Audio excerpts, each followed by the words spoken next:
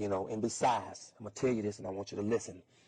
Elephants don't swat flies. Un éléphant ne frappe jamais une mouche. R. Kelly est pas content, il s'énerve devant sa caméra et normalement vous devez vous dire là tout de suite, si R. Kelly est pas content, je sais pas qui l'a énervé, qui l'a agacé, mais je suis du côté de cette personne-là, pas de pitié pour le pointeur. Give your opinion.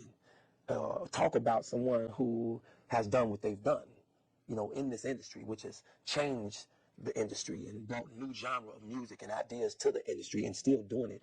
You don't do that, you know. It's like trying to throw a rock on the top of the Sears Tower. Mais il se trouve qu'à ce moment-là, dans l'industrie de la musique, R. Kelly a encore cette image de King of R&B. Et du coup, quand il est pas content, on essaie de savoir ce qui le dérange. Surtout que, là, il est quand même seul dans une vidéo, il parle, il s'agace. L'homme est fâché contre Trey Songz, son fils légitime ou illégitime, qui lui aussi n'a pas retenu ses coups contre son père. Il l'a critiqué. I mean, that was clearly my depiction of a fan disappointed.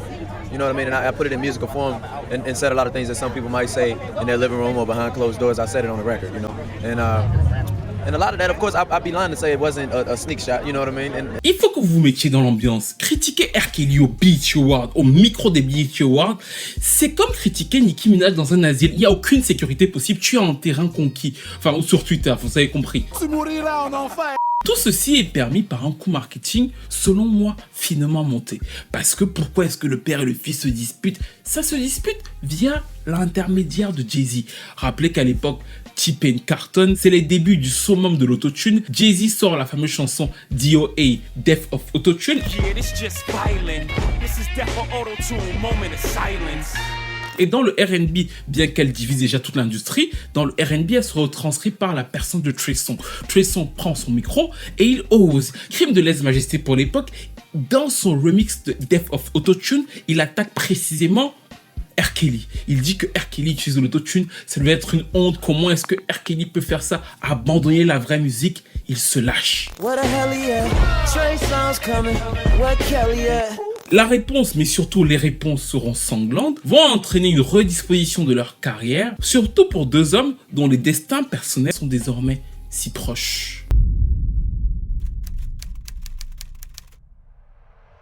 Nous sommes en 2005 quand Trey Songz sort son premier album I Gotta Make It. Ça signifie effectivement qu'il doit y arriver, il a la rage pour le faire. On se souvient de la pochette, de sa photo de profil, le petit vent de fraîcheur, les petites chroniques qu'il y a autour de lui, sans que ce ne soit encore un phénomène. Il est en train de faire ses classes parce que c'est un American Baby. Depuis qu'il est tout petit, il chante, mais surtout lui, il est managé depuis très jeune par le personnage le plus important de sa carrière, peut-être Troy Taylor. Troy Taylor, c'est un producteur qui a fait des tubes pour Aretha Franklin, pour Mary J. Blige, pour Whitney Houston. Il a managé Carl Thomas, il a dirigé John Austin, il a fait des tubes comme Sweet Lady pour Tyrese.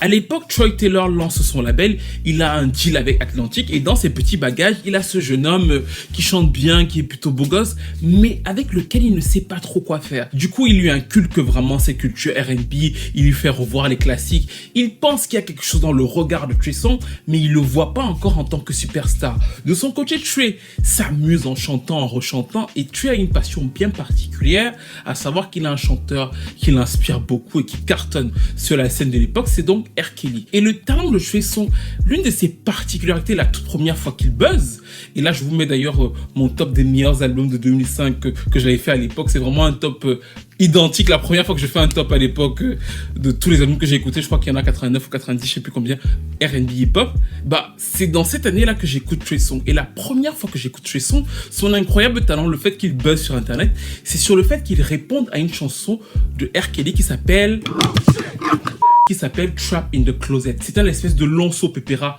musical que R. Kelly va écrire seul. Dans cet opéra musical, il y a plusieurs protagonistes et en gros, c'est une histoire de tromperie. Le mec vient trouver sa femme avec son amant se met dans l'armoire et tout part de là.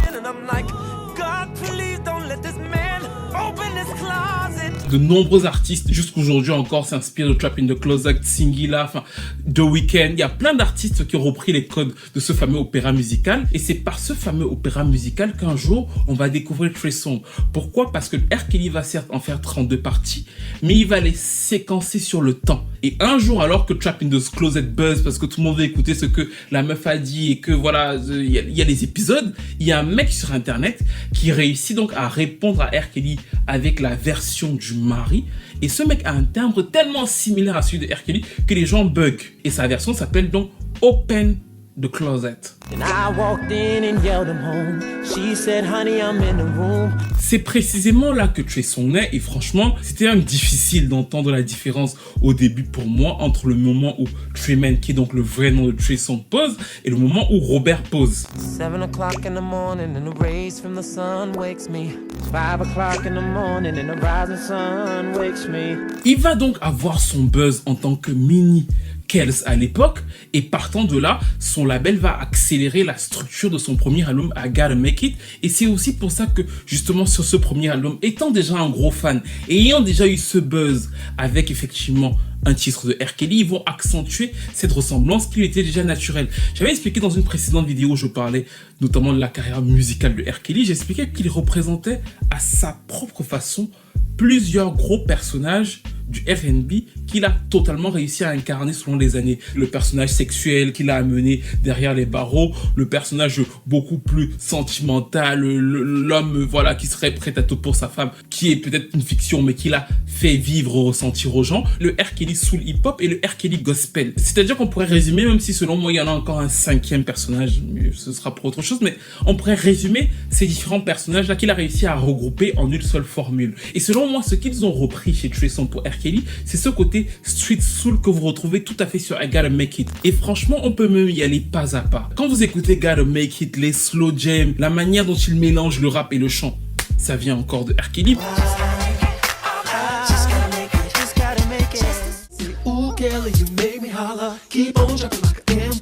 Mais même ces onomatopées qui deviendront typiques en fait, la manière dont il joue avec les oh oh oh en montant sur ses runs.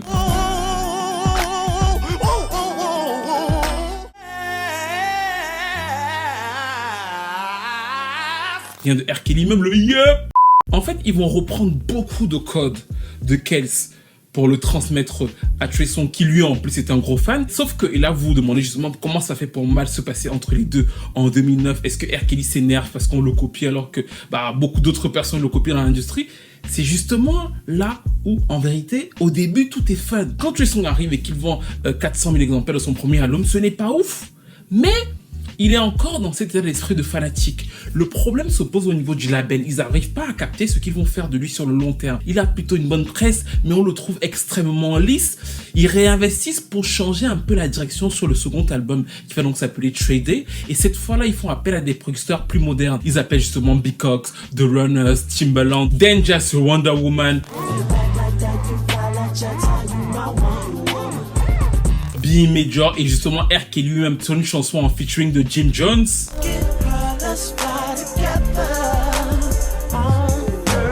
L'air ne se passe pas bien de ouf, mais Trey Songz va avoir un hit qui s'appelle Can't Help But Wait. Certains le connaissent, produit par Stargate, écrit par John Taustin, typiquement dans la vibe de ce que faisait Nio à l'époque. Vous fermez les yeux d'ailleurs, vous pouvez penser que c'est Nio qui l'a écrite. Baby girl, you are a star, and I can't help but wait. Et en fait, Trey Songz a toujours le même problème, c'est-à-dire que c'est lisse, il plaît bien aux petites filles, mais ça reste un peu engourdi dans une ère où on a encore Chris Brown qui est en train de cartonner, Mario qui a encore un certain impact, justement des Nio, des Usher qui sont encore dans le game. Il fait vraiment office de mini chapelle de l'autre côté, et c'est là que après ce second album, Troy Taylor se dit en fin 2007, il faut complètement que je repense mon schéma et qu'on aille vers une image et un son beaucoup plus mature. Cette image de garçon de bonne famille qu'on voulait au début, on va complètement l'en extirper pour quelque chose de plus sexy et en même temps attrayant pour le public féminin. C'est comme ça que donc il rentre en studio pour la composition du fameux album Ready. Au passage justement, il y a plein de chansons qui sont discutées,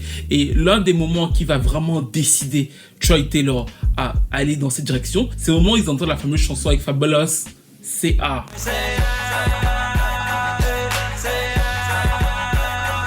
Quand Troy Taylor entend C.A., il se dit mais putain, mais quelle bombe. Mais le producteur ne veut pas lui donner la chanson tout de suite, le producteur est hésitant. Surtout que la chanson est destinée à quelqu'un d'autre. Et c'est pour ça d'ailleurs que moi je ferai pas de vidéo pour expliquer l'impact musical de R. Kelly. Je pense en revanche que quand on parle de R&B, c'est important même pour le B.A.B.A. de comprendre la musique qu'on évoque, de comprendre la carrière de R. Kelly. Franchement, moi, je ne dis pas ça parce que oui, je suis contre le fait que quelqu'un soit en prison ou que quelqu'un paye pour ses crimes. Ça, je l'ai expliqué 100 fois. They were going to give it to R. Kelly. And one of the writers, Chef Tone, brought it to me. Ça s'entend que c'est une production pour R. Kelly, en fait. Le fait que je vous le dise, non, vous le rejouez dans votre tête, ça devrait vous sauter aux oreilles.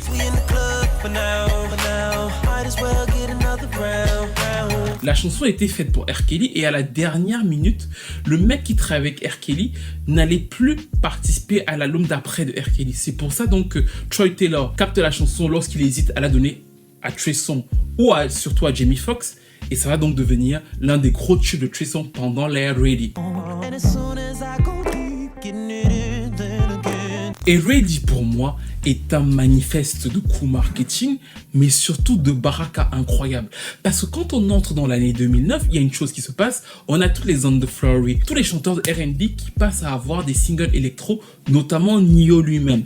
De l'autre côté, on a Chris Brown qui est discrédité suite au fait d'avoir frappé Rihanna. Lui, il est légèrement hors jeu dans cette période-là quand il sort Graffiti. Il a moins de buzz. Mario, qui était plutôt en forme pendant le lancement et sur lequel on misait, est moins en forme après Go, et la chanson Break Up marche moins bien, surtout que lui-même fait face à un problème d'image avec sa mère. Trey Songz, c'est l'inverse, c'est encore le gars de bonne famille qui joue un peu les hommes matures et sexy, et surtout, ce qui est super intéressant dans cette ère-là, c'est qu'il récupère effectivement le personnage plus sexuel de R. Kelly, c'est-à-dire qu'il fait un pas, toujours dans ce truc-là, où il était d'abord très sous l'hip-hop, sur le premier, et sur Ready, il se rapproche beaucoup plus de l'identité de 12 Play. Et il y a un bel accueil de ces singles-là, parce que dans sa génération, c'est un peu le gars qui fait le taf. Tous les autres sont en train de passer de l'autre côté ou alors sont mal vus, y compris Omarion. Donc en fait, il reste le gars bon élève qui garde les pendules du R&B à l'heure. Et là où c'était super bien, c'est que ça avait été pensé. Ce n'est pas pour rien qu'ils ont fait ce switch sur R. Kelly et ce n'est même pas pour rien qu'ils sont allés le clasher lors de la sortie de l'album. Parce qu'en réalité, Troy Taylor avait compris quoi? En 2008, R. Kelly annonce un nouvel album. Cet album est lancé par une chanson qui s'appelait Hair Braider.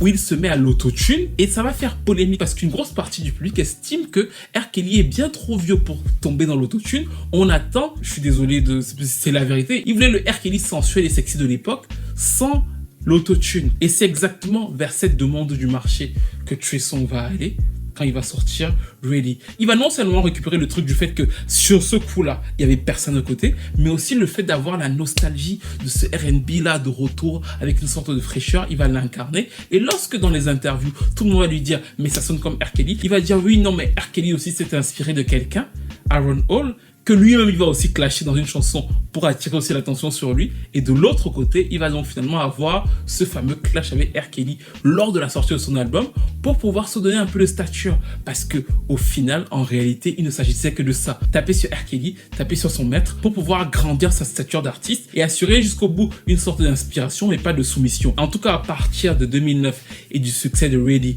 qui va donc faire plus d'1 million d'exemplaires, ce qui était très très bon pour un projet R&B à l'époque, il va devenir un peu la figure de gardiennage du R&B et du R&B club de cette période-là, et il va tout de suite enchaîner sur un 4e album.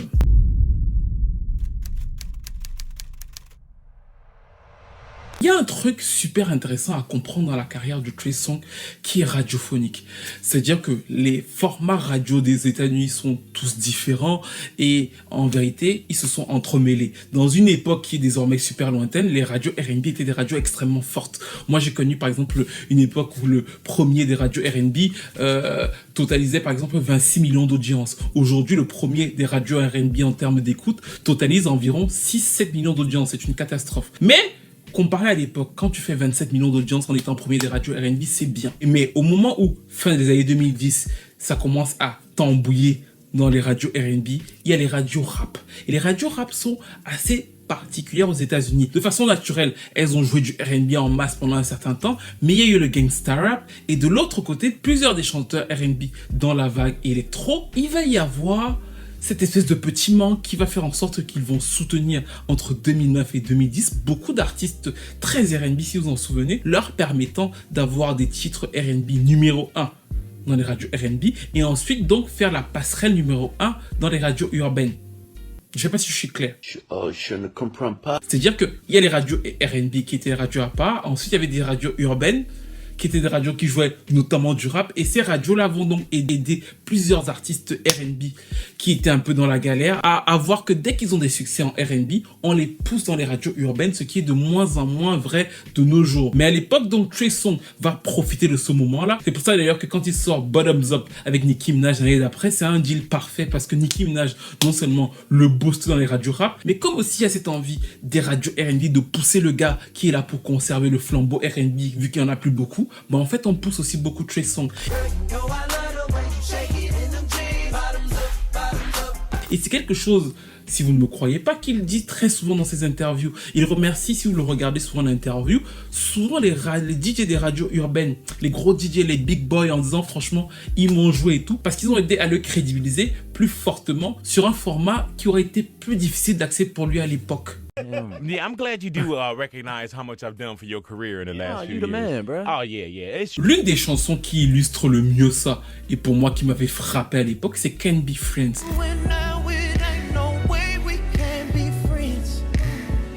Si vous écoutez Can't Be Friends que lui produit Mario Winans, franchement, titre de R&B assez classique, frais mais bon, assez classique dans la formule, qui va pourtant passer 14 semaines en tête des charts R&B hip-hop. Et si vous comprenez l'époque dans laquelle cette chanson sort, le soutien était massif aussi parce que ça représentait quelque chose de voir quelqu'un en fait qui était pas du tout en train de vouloir trahir comme les autres, qui revenait vers les codes plus urbains, sexy et qui plaisait aux filles. Cette vibe qu'il a retranscrit lui a donné un soutien de ouf sur Passion, Pain and Pleasure. Il a encore un autre tube avec Drake qui s'appelle Unusual. Après Invented Sex.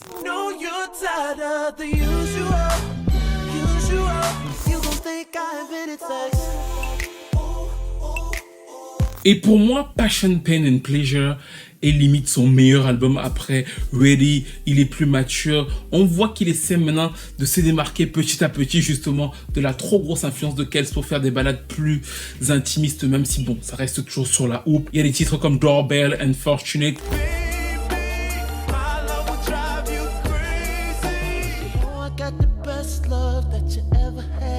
Pour moi, c'est vraiment un bel album. Et le fait qu'il ne soit pas nominé au Grammy Award et qui est malgré tout une sorte d'injustice dans sa visibilité renforce le côté sympathique de Trey Songz dans cette période-là. Ça reste vraiment le gars qui se bat pour la culture. On est avec lui, ça se passe plutôt bien, même s'il n'a pas des chiffres extraordinaires comme tous les autres. C'est parce qu'il tient la baraque et que le monde de game musical est injuste envers le R&B. Il devient d'ailleurs véritablement le monsieur R&B de la scène. Rappelez-vous du fait que Mary J. Blige travaille avec lui, les rappeurs, quand on veut un duo, on appelle Trey Songz. Moi, je trouve toujours que c'est exceptionnel pour l'histoire. Le fait que Toni Braxton, qui est quand même une stample du R&B, sort cette chanson Yesterday, qui est beaucoup plus pop. Et lorsqu'elle fait le remix avec Trey Songz a un remix beaucoup plus urbain. Il collabore aussi avec Emery, c'est-à-dire qu'il est vraiment le gars qu'on appelle un peu partout parce que c'est lui qui tient les rênes dans le mainstream de cette maison qui commence à s'effondrer. Ce move de Trey Songz et cette bisbille avec R. Kelly va pousser R. Kelly lui-même à faire l'un des moves les plus intéressants de sa carrière, à savoir qu'il va rentrer dans les années 60-70 avec l'album Love Letter, c'est-à-dire que lui va prendre 2 pas derrière en se disant « Ah, ça veut dire que maintenant qu'on dit que... pas d'autotune et tout, il va revenir aux sources de la source, pas simplement au souffle de 12 Play, il va même essayer de danser et tout. Et Chris Brown va revenir avec notamment l'album Fame, et en plus dans le retour de Chris Brown, il va pouvoir allier le fait d'avoir plusieurs tubes électro et d'avoir plusieurs tubes urbains, ce qui était quasiment inédit et qui va rester l'épine dans le pied de la carrière de Trey Songz, parce que Trey Songz se dit à chaque fois comment je peux faire pour pouvoir élargir mon audience et ne pas rester toujours le gars des tranchées. C'est pour ça que sur son 5e album qui s'appelle donc Chapter 5, il commence à renforcer sa stratégie, c'est-à-dire que avant chaque sortie d'album, on a un EP de Trey Songz, EP totalement R&B. En 2011, il s'appelait Inevitable, avec notamment la chanson Sex and Better Than Love. Et là, c'est vraiment du pur R&B pour vraiment contenter le public qui le maintient en tant qu'homme de la situation. Et sur l'album qui s'appelle donc Chapter 5, il va essayer d'ouvrir avec Heartbreak, qui est une balade beaucoup plus pop et qui va tout de suite avoir un écho beaucoup plus grand pour lui en Angleterre.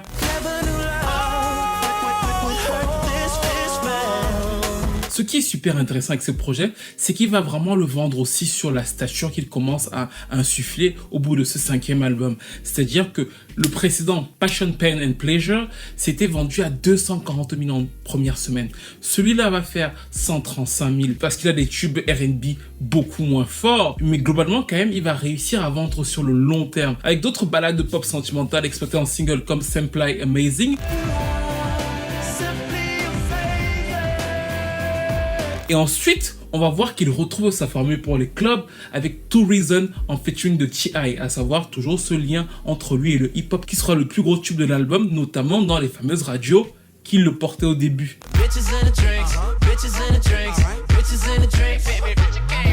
Pour moi, il avait raté le choix de single dans cet album-là, c'est-à-dire que Bad Decision,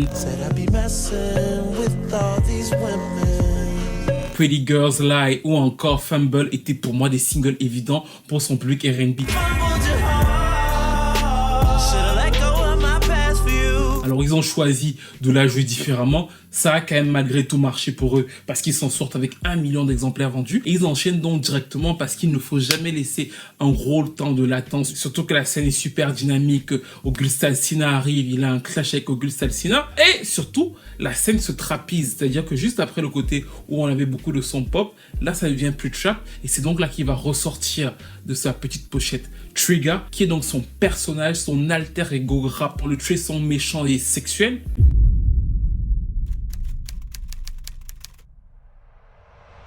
Il y avait déjà eu un scandale.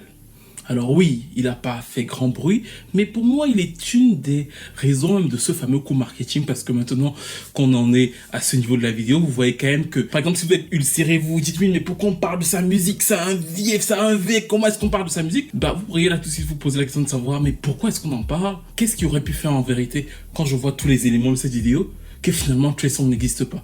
Et l'une des choses, c'est peut-être que R. Kelly n'existe pas, peut-être que le R&B n'existe pas, mais aussi qu'il ne réussisse pas son coup marketing parfait dans une période où il n'y a quasiment rien sur la scène musicale. Et l'une des choses qui font en sorte qu'il réussisse à faire passer ce Trey Songz du petit garçon un peu inexistant qu'on voulait carrément virer d'Atlantique à ce Trey Songz très sexuel qui plaît à toutes les meufs, bah en fait, ce personnage-là précisément est aussi venu du fait que l'année d'avant, Trey Songz a eu son premier scandale. Et le premier scandale de Trey Songz jouait directement sur sa sexualité, chose qui en vérité n'a pas d'intérêt. Mais à l'époque, il y avait un songwriter, un autre chanteur de R&B qui s'appelait Brandon Eyes. J'ai fait plusieurs articles sur Brandon Eyes. Vous pouvez peut-être, là je vais vous en mettre quelques-uns en 2009, 2010. Enfin, c'est tous les chanteurs de la période MySpace, là, et quand ils commencent à signer, on en parle. Et Trey Songz et lui étaient très proches. Pendant très longtemps, il y a eu la rumeur selon laquelle c'était un couple.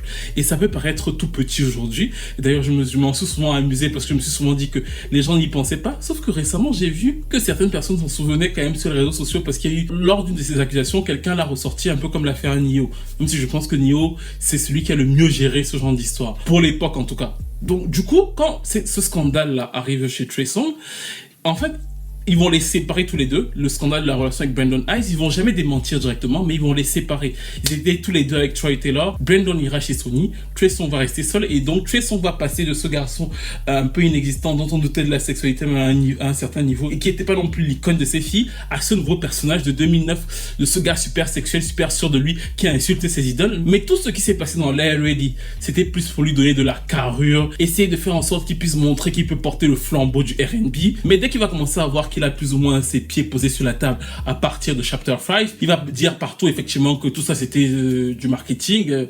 Lui est un immense fan de R. Kelly, c'est l'artiste qui est le plus inspiré, enfin chanter les louanges de son maître. My biggest influence musically, without a doubt, is R. Kelly. C'était quasiment le seul artiste, pour ceux qui l'ont suivi dans ses stories Instagram, qui postait R. Kelly quasiment tous les jours. Il y avait des soirées, je me rappelle, où il faisait des trucs du genre, il chantait toutes les chansons de tous les albums, même les albums chansons d'albums, et ça s'entend en fait. C'est-à-dire que quand vous l'entendez en plus chanter R. Kelly en live, vous savez qu'il a appris à faire son positionnement sur les chansons de R. Kelly. Hey, this my nigga. Where's my mother's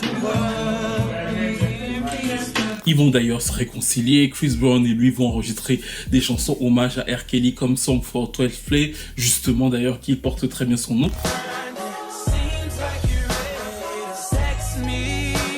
Malgré tout ça, Trey Songz va faire face à deux soucis.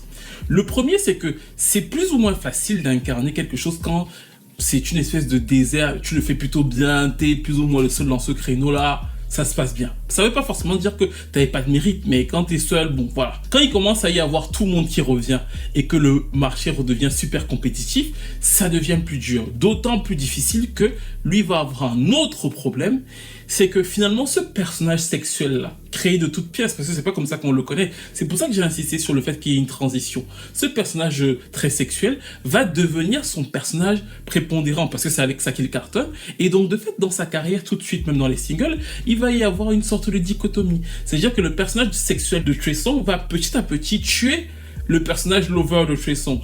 Vous allez me dire, logique, c'est par ça qu'on le connaît, sauf que ce n'est pas idéal pour lui, pour quelqu'un qui veut aussi faire progresser son son, parce que le R&B, ce n'est pas que des galipettes, c'est le fait de délivrer les vocals, d'être imposant sur scène. Cette partie-là est la partie qui embête le plus Trey Songz. C'est d'ailleurs pour ça qu'à un moment, il finit par créer deux personnages. Il finit par dire que Trigger, c'est le personnage sexuel, avec donc le R&B trap, et que Treyman, c'est vraiment le personnage, le vrai Trey Songz, le lover et tout. Sur Trigger, on retrouve des merveilles comme All We Do. Il essaie toujours de toucher l'international avec d'autres titres comme Foreign. Justement, dans Foreign, il raconte que dans chaque ville dans laquelle il se trouve, il a toujours une meuf qui l'attend parce que voilà quoi, c'est Trey Songz. Chris Brown n'est pas vraiment, même si certaines raisons sont opposées, selon moi, un souci pour la carrière de Trey Songz. Parce que finalement, sur les mid-tempo, up-tempo R&B, ils sont plus ou moins sur les mêmes, dans le même champ, avec souvent des producteurs assez similaires. Et Chris Brown a en plus ce côté performeur qui aurait pu ciseler la scène pop s'il n'avait pas une si mauvaise image. Donc finalement, l'association des deux sur la scène fonctionne. Le problème pour Trey Songz, c'est qu'il n'y a pas que Chris Brown.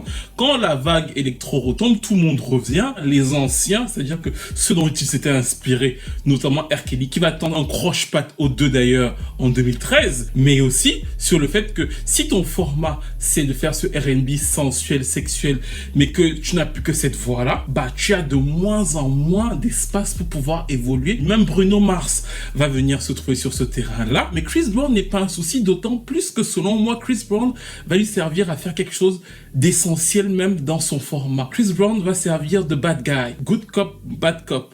Quand on voyait Trey Songz et quand on voyait Chris Brown, au vu des histoires de Chris Brown, les gens se disaient non mais Trey Songz au moins ça va, c'est cool. Sauf que dès 2012, Trey Songz est accusé par une femme, une stripteaseuse, de l'avoir frappé au coin de l'œil. Elle a eu un beurre noir, une plainte est déposée, ils finissent par régler ça à l'amiable, c'est-à-dire qu'il y a un contrat, ils payent, et plus ou moins les médias passent à autre chose. On va questionner Trey Songz sur la question, mais vraiment en mode c'est super drôle parce que c'est vraiment ce gars qui a toutes les meufs du game et qu'on l'imagine de toute façon en comparaison avec ce que Chris Brown a fait et qui a paru aux yeux du monde.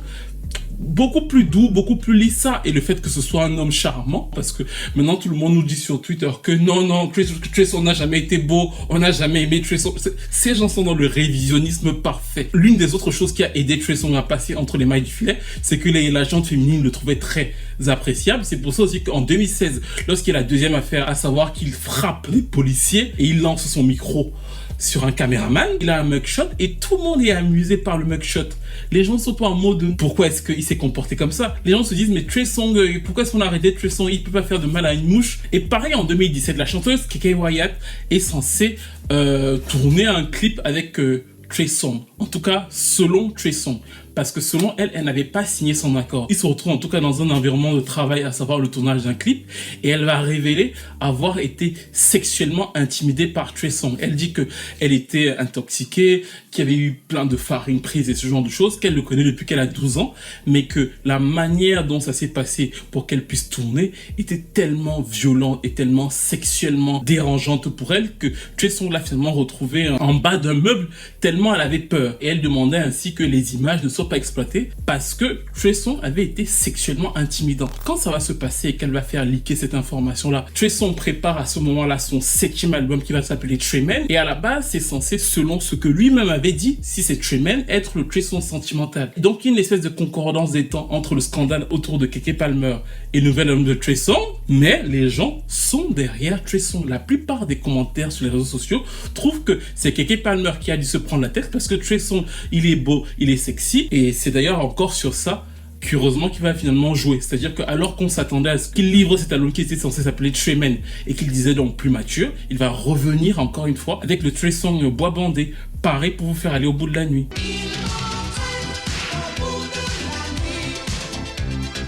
Il y a quelque chose de super intéressant avec cet album de Trey Songz. De base, le concept est super intéressant. Et montre d'ailleurs qu'il avait compris encore une fois quel était son souci. Radoucir son image, retrouver le Trey Songz sentimental. Donc du coup, il organise ce qu'il va appeler le Bachelor de Trey Songz.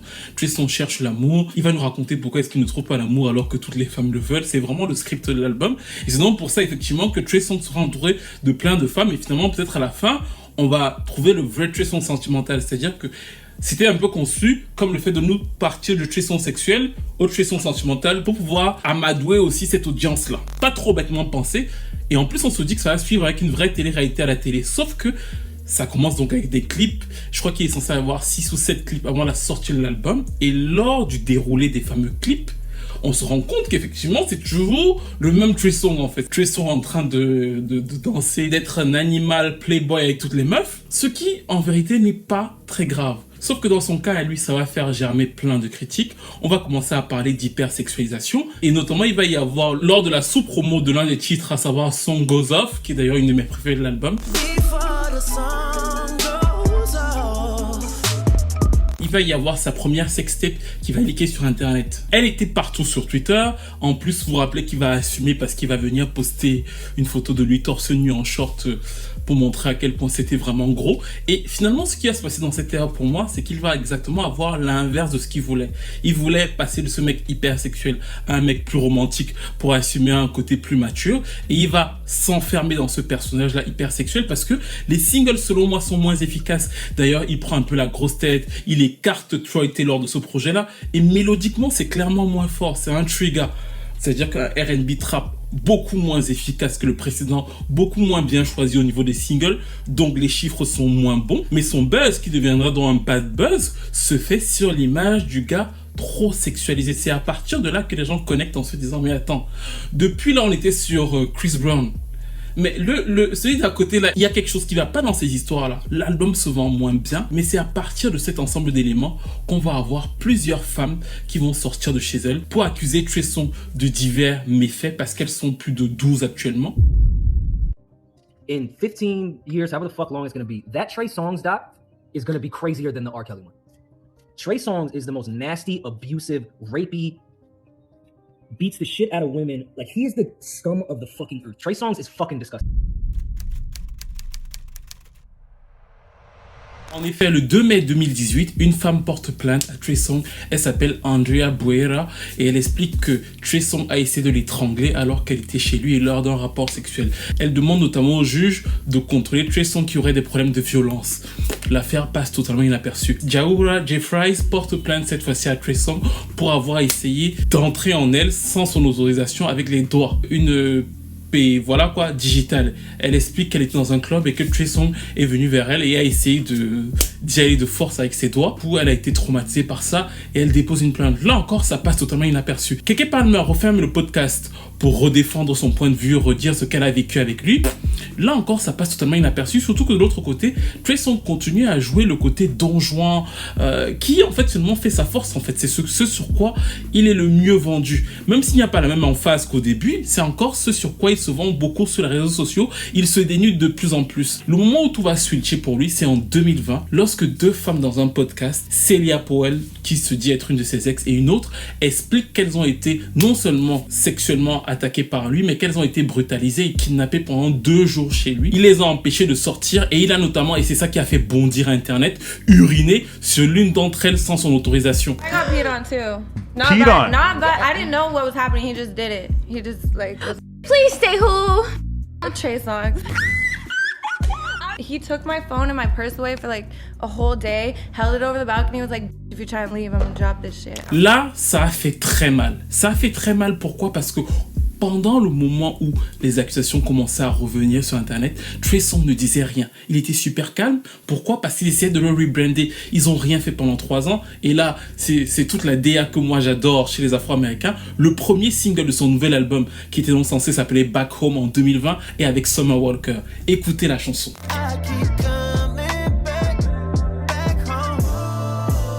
qu'est-ce que c'est que cette chanson? Mais oui, c'est Trey Songz Street Soul, c'est le Trey Songz du début là, le Trey Songz beaucoup plus Street Soul avant 12 Play en plus mature. Les textes de la chanson, je reviens à la maison, je vais être un homme sérieux, c'est pour lui donner cette stature plus mature qui s'espère racoler à son arc pour le détacher de ce truc trop sexuel. Le second single qui s'appelait Two Ways, dans une ancienne chanson de Trey Songz, c'est vraiment en mode voilà, je vais te montrer toutes les positions. Là c'est l'inverse, c'est Trey Songz qui te dit, d'ailleurs c'est trop explicite même limite, c'est je suis fatigué de faire l'amour, je veux me poser, je suis un homme nouveau.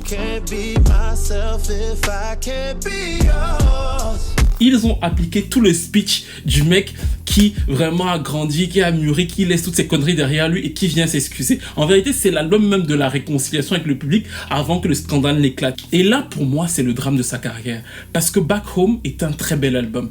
Sauf que on retrouve là tous les manquements et tout le fait que finalement, chez une grosse partie du public maître qu'il est censé avoir, il est juste le gars d'une période, ce qui est parfois injuste en fait. Mais quand vous voyez par exemple les vues des clips de 2020, ou vous reprenez les clips d'avant, vous voyez que les gens venaient quand même regarder parce qu'il y avait tout ce spectacle, les meufs qui seront partout sur lui, notamment dans l'album Treatment. Et quand il est revenu à quelque chose de plus sobre, il n'y avait plus personne, rien que pour regarder les clips, parce que c'était un Trey Songz plus mature. Et l'une des choses qui marquait aussi le côté où, même s'il a été un peu le bâton de foi du R&B pour certains pendant un moment, dès que les autres sont revenus, il y avait un vrai problème d'incarnation, aussi bien vocal qu'au niveau du personnage et de l'emblématique. C'est le combat qu'il y a eu avec Joe.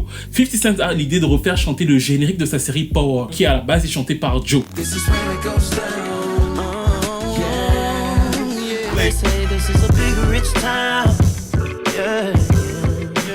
Et alors que en vérité Trey Songz vient et fait le taf, tout internet se rebelle en disant non, Trey Songz ne pourra jamais incarner quoi que ce soit, franchement sa version est nulle. Et 50 est obligé de rechanger les versions alors qu'à la base il donnait à Trey Songz en se disant je vais toucher une autre génération. Et c'est là que je m'étais dit en fait Trey Songz il a un gros souci, à la fois il n'est pas le champion des old school, à la fois il n'est pas le champion de sa génération, pire encore étant à la base un lover, bizarrement son marketing a fait en sorte que aux yeux du grand public il est juste le gars qui va parler de Ken les meufs, donc du coup il n'a pas ce côté lover à son arc. Et ça s'est prouvé avec l'échec de Back Home. Et parce que Back Home est finalement passé totalement inaperçu, et qu'est-ce qui est resté? Les accusations face au personnage un peu graveleux. Il est allé sur Twitter, il s'est défendu de toutes les accusations en disant que c'était chacune des menteuses et qu'il entendait continuer sa vie comme il a toujours fait. Bien mal lui en a pris entre parenthèses parce que depuis plusieurs autres femmes l'ont accusé. Une femme, Megan Johnson, l'accuse de l'avoir agressé brutalement lors d'une soirée au Connecticut en 2013. C'est notamment la vidéo qui a fait le tour d'internet où on le voit lui taper le sein. Elle demande des dommages et intérêts pour détresse émotionnelle. Une autre femme qui a voulu rester anonyme porte plainte en novembre 2021 disant avoir été vue par lui lors d'une soirée de la même année. Une autre personnalité, cette fois-ci connue, une athlète américaine qui s'appelle Dylan Rodriguez, a posté un message sur Twitter en disant que Trey Songz était un V. Et elle a décrit une expérience absolument abominable avec lui sur Instagram, disant qu'il avait abusé d'elle alors qu'elle était pas dans son état normal. C'est pour ça qu'elle lui porte plainte. Mais ça ne s'arrête pas là. Deux autres femmes en octobre 2023, donc là tout récemment, ont elles aussi porté plainte, disant qu'elles sont allées chez Trey Songz de leur plein gré. Elles étaient plutôt de bonne humeur, ça se passait bien, et qu'elles se sont retrouvées complètement endormies dans les vapes. Et quand elles se sont réveillées, il y avait Trey Songz qui était en train de pratiquer des agressions sexuelles sur elles, ce qui veut bien évidemment dire que ce n'était pas consenti. La chanteuse Bebe Rexha a aussi accusé Trey Songz de l'avoir embrassé de force alors qu'il était en plein date, et elle raconte ça dans un épisode de podcast. Et c'est intéressant parce que tout le monde rigole, c'est-à-dire que les gens lui disent même à la fin, est-ce que finalement il a réussi à te mettre dans son lit, parce qu'on n'imagine pas que quelqu'un puisse résister à Trey Songz. And pushes me against the wall and puts his lips on my lips and is like, let's do this. I'm like, oh my god. And then he held you down, right? And he's like, no. Selon moi, l'un des points qui lui a abominablement desservi depuis le début de ses affaires, c'est son attitude. C'est-à-dire qu'il est tout de suite rentré sur le côté, vraiment, qui peut croire que je pourrais faire ça? Regardez comment je suis beau. C'est pour ça que pour contrer les accusations, il a fait quelque chose que moi je n'avais jamais vu, franchement. C'est qu'il a ouvert OnlyFans. C'est-à-dire que, en fait, Et c'est vraiment là où je me suis dit que le personnage sexuel là doit lui avoir complètement pété le cerveau, parce que il a ouvert un OnlyFans, le leak de sa sextape là. C'était, je pense vraiment que c'était organisé par son équipe, mais en tout cas, on a une sextape de lui qui leak, on le voit cracher dans la bouche de 2 femmes qui sont donc consentantes pour le coup. On va aussi avoir une vidéo de lui en train de se, voilà, pour montrer à quel point c'est gros. Et l'idée pour moi derrière de cette période-là était vraiment le côté où, pourquoi est-ce que vous pouvez imaginer que je pourrais faire ça? Sauf que pour moi, le fait d'avoir concentré et fait leaker tout ça, a encore rajouté quelque chose de vraiment sale sur ton image. T'as pas besoin d'avoir un OnlyFans où des meufs payent des milliers d'euros pour te voir te toucher ou les toucher. Surtout que selon moi, là, beaucoup de gens disent que la carrière de Trey Songz s'est terminée à cause des accusations. Moi, je pense pas. Je pense que, de toute façon, vu la tangente qu'il prenait, et sachant qu'il était dans un format où il avait beaucoup de mal à se renouveler, même s'il c'est pas qu'il est pas talentueux, c'est que pour la position qu'il avait, il l'a eu sur un moment précis, et après c'était beaucoup plus difficile avec tous les autres gens qui renouvelaient et qui se battaient sur le créneau dans lequel il était.